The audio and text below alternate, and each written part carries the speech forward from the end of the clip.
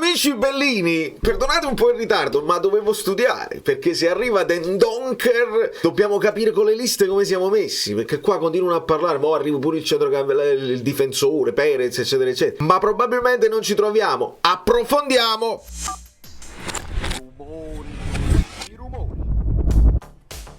Allora, diamo il benvenuto a Pasquale Carotenuto, che pure è un nome nobile, e ringrazio tutti quelli che si sono iscritti, quelli che arrivano su questo video all'improvviso. Iscrivetevi al canale e datemi una mano.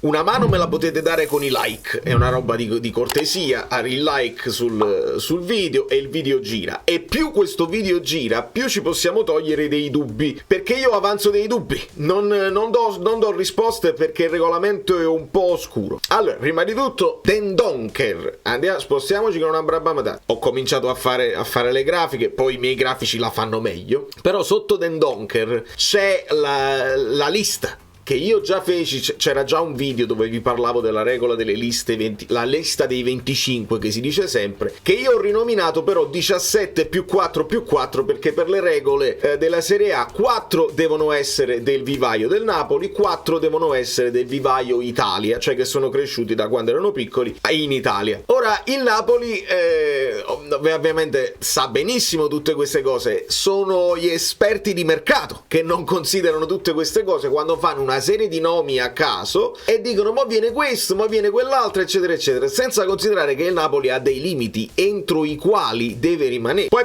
adesso parliamo anche specificamente di Den Donker e credo che prenderà il 32, ma volevo fare prima questa riflessione con voi. Allora, non lo so se si vede bene, ma è un po' analogico. Allora, come vedete bene, il Napoli, partiamo da quelli là che non occupano liste, cioè gli under 22 tipo Kvara, tipo Nathan. Questo è l'ultimo anno, quindi dall'anno prossimo questi diventano over 22 che occupano delle liste. Il Napoli deve già pensare a tutto questo. Quindi cominciamo da quelli. Per esempio Kvara e Nathan non occupano, li vedete in basso a destra e non occupano niente. Poi vivaio italiano. Il Napoli ha Meret, Di Lorenzo, Raspadori e Politano. Ecco perché questi giocatori poi sono da considerare anche più importanti di altri quando si entra in fase di trattativa, di rinnovi, me lo vendo, non me lo vendo, mi libera un posto vendere Politano in Arabia per esempio e ti libera un posto vivaio Italia che devi poi rimpinguare con altri giocatori. E c'è quella freccetta, perché nel vivaio Italia ci potrebbe rientrare Zielinski, che in questo momento non c'era bisogno di mettere nei vivai perché avevamo tutti i vivai già pieni, e quindi Zielinski rientra il doppio ruolo che può essere un over 22 normale o può essere spostato per occupare la casella dei vivai italiani. Vivaio Napoli, e là ci sono le dolenti note perché il Napoli non cresce gente dal vivaio. Comunque abbiamo Nikita Conti, Zanoli, che però è andato alla Salernitana, Gaetano, mo se ne va Gaetano, e come lo sostituì? E Zerbin, che dovrebbe rientrare nel discorso di Popovic, che essendo un under non occuperà mai un posto, cioè ci vuole tempo per occupare un posto. Però se ti esce Zerbin e ti è uscito anche Zanoli, tu lo puoi rimpinguare quel posto libero solo con un vivaio Napoli, ed è qui che io ho il dubbio e chiedo anche a voi nei commenti, perché magari qualcuno è espertissimo e sa questa cosa. Può Zielinski rientrare nel vivaio normale? Cioè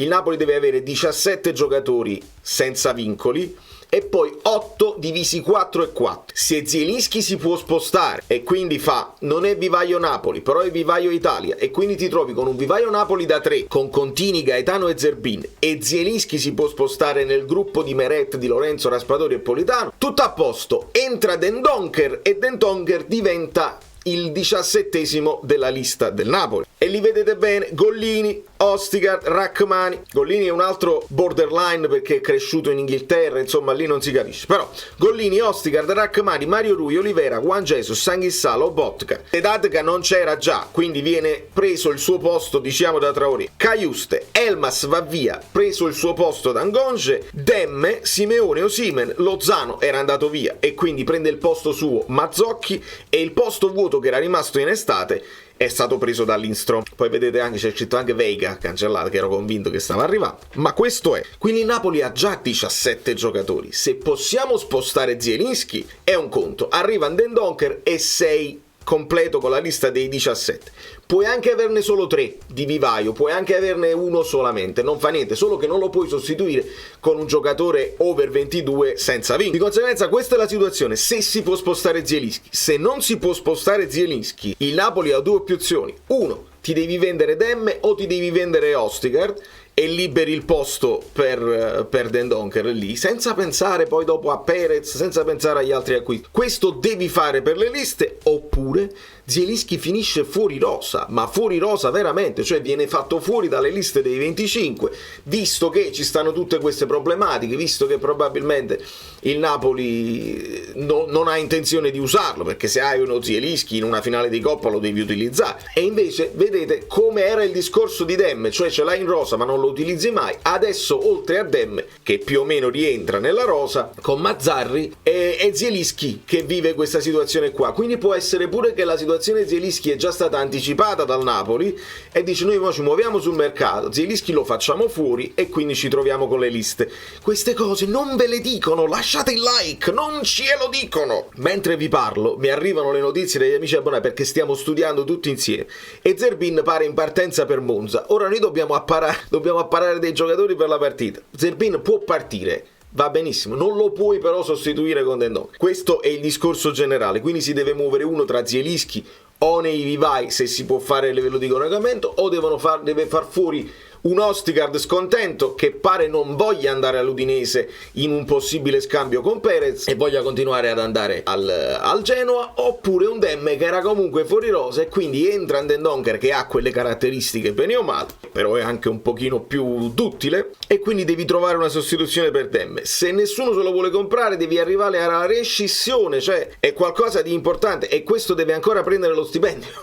Non è facile fare il calciomercato, uno la fa facile ma non è facile. Spostiamoci per capire un attimo la situazione di questo ragazzone di 1,88 m. Io ieri avevo fatto un tweet anche su Instagram, insomma è arrivato il Berami per Mazzarri. Ora ricorderete che Mazzarri molto spesso ha detto: io sì facevo la difesa a 3, ma poi quando magari stavamo in svantaggio e lo dovevo recuperare, toglievo un difensore, mettevo Berami davanti alla difesa, sempre per mantenere un po' di equilibrio, e finivo per giocare a 4 difensori, 2 più gli esterni. Quindi questo giocatore qui sembra in quell'ottica uno dei centrocampisti che deve fare legna, perché se tu prendi Traoré, se tu prendi anche Samardzic che non è mai arrivato, se tu prendi questi giocatori di costruzione, di fantasia, a centrocampo come vedete Lobotka rimane solo e Dendoncker sembra un Cajuste bianco, ecco perché come caratteristiche siamo lì simili, però il ragazzo ha giocato molto spesso anche da difensore centrale. Come vedete 195 partite da mediano difensivo, da difensore centrale 65, 66 da centrocampista centrale vero e proprio, una da centrocampista sinistro, e in un paio, 2 o 3 volte è finito anche sotto punta. E da quello che vedete dagli highlights, insomma, se vi andate a divertire e a cercare gli highlights, trovate contrasti, trovate scivolate e trovate colpi di testa. È proprio uno che deve fare legna ed è difensivo. Nell'ottica, questo serviva per sostituire chissà, e nell'ottica di un centrocampo a 3 dove tu c'hai Zielinski, c'hai Lobotka e uno che va a rompere un pochino il gioco degli avversari, ti serve. Però nell'ottica di un cambio di modulo dove adesso è tutta distruzione, sta mancando un po' di qualità. Hai aggiunto Mazzocchi che come qualità non ci siamo, dobbiamo aspettare la qualità di Traoré sicuramente quando sarà pronto, perché il report dell'allenamento ci porta ancora insomma il personalizzato per alcuni giocatori. Però è arrivato il momento probabilmente di forzare la mano, perché se andiamo a vedere i giocatori disponibili non ne abbiamo tantissimi per la partita con la Lazio. Poi a me interessa anche moltissimo vedere chi sono, perché qua sta girando la voce che questo è uomo di Giuffrida, sono tutti di Giuffrida, non è possibile. Potrebbe aver fatto l'intermediario, ma non mi interessa. Mi interessa che l'agenzia di Dendoncker ha anche, oltre a giocatori importanti come Valverde, Cop Miners, adesso Cop Miners se ne va alla Juve, Stones, lo stesso Killman. Vedete che poi se il Napoli ha dei contatti con certa gente, e poi come è successo per Traoré, no? Non riesci a pigliarti Dragusin e ti danno Traoré.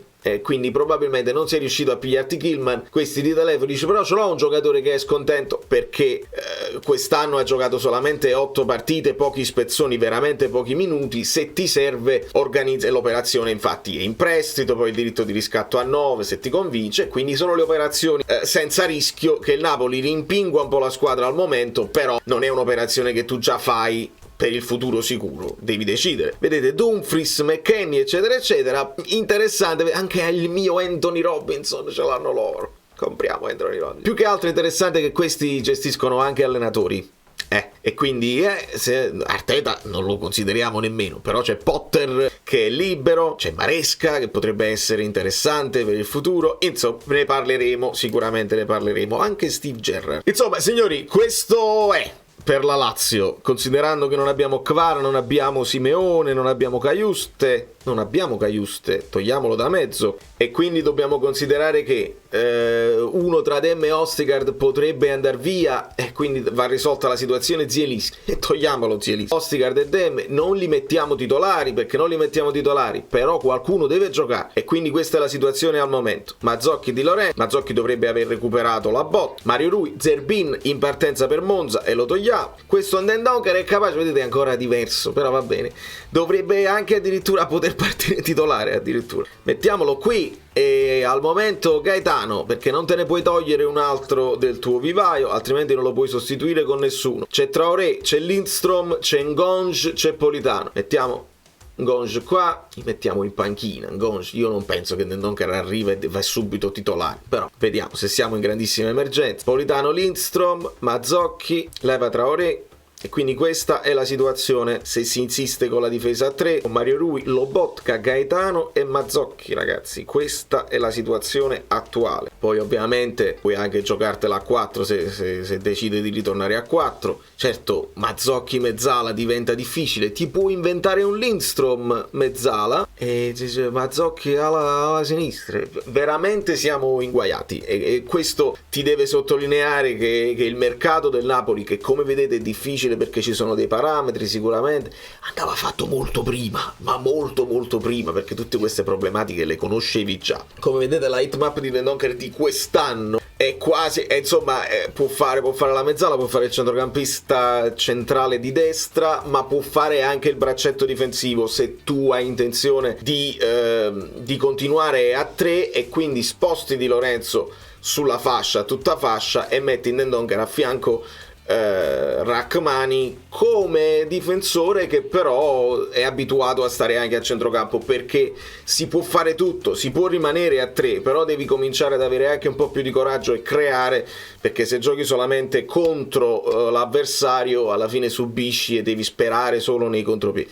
Invece dobbiamo cominciare a creare, anche a 3 si può creare gioco, lo dimostra l'Inter, lo dimostra il Monza, lo dimostra anche la Juventus. Quindi questa è la hitmap di quest'anno, poche partite. L'anno scorso, come vedete, i tocchi diventano più presenti per tutto il campo, ancora di più se andiamo a 2 anni fa dove ne aveva giocate 30, 3 anni fa dove ne aveva giocate 33, 4 anni fa ne aveva giocate 38. Insomma, purtroppo questo giocatore, che era un wonder kid, uno di quelli giovani, era stato pure accostato al Napoli in passato, è in fase calante come giocatore, anche proprio come presenze nella sua squadra, nel campionato, quindi è un altro di quelli da recuperare, è un'altra, diciamo, scommessa alla Traoré per i problemi fisici.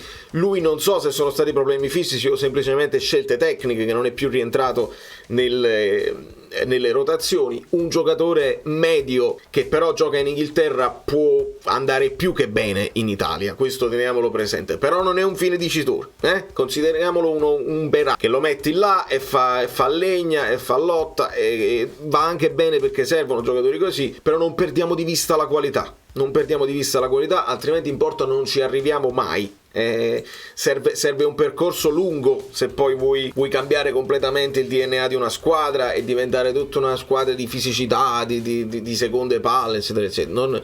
Non siamo molto abituati a farlo, e in futuro chi lo sa, vediamo cosa ci riserva. Quindi resta questo dubbio: quando De Laurentiis ci ha detto faremo altri 2 acquisti, si riferiva a Ndendonker e a Perez, perché adesso insistono queste voci di Perez dell'Udinese, altro difensore che onestamente io tra Perez e Ostigard. Lo devo vedere meglio Perez, ma insomma non è che mi sembra un grandissimo upgrade. Però se togli uno scontento e metti uno che viene contento, magari può funzionare, non lo so. Oppure ADL si riferiva semplicemente a Popovic, che tu dici un acquisto per il futuro, così. Però il discorso che ci aveva fatto, adesso recupero il tempo perduto con il mercato, onestamente ad oggi con Mazzocchi, Traoré, Ngonge, è quello che mi incuriosisce di più. Però è lì dove stai anche rinnovando Politano, è un po' strano tutto ciò, non mi sembra una programmazione bella limpida che si capisce, non mi sembra né che abbiamo già l'allenatore del futuro, né che vuoi fare uno sforzo incredibile per arrivare quarto quest'anno. È un po' si naviga a vista, onestamente, senza voler valutare il lavoro di Meluso ancora per dargli un po' di tempo. Per ora registriamo una certa lentezza. Quando poi si parla dei nomi, quelli là interessanti, questo qua è uscito in un giorno e subito è arrivato.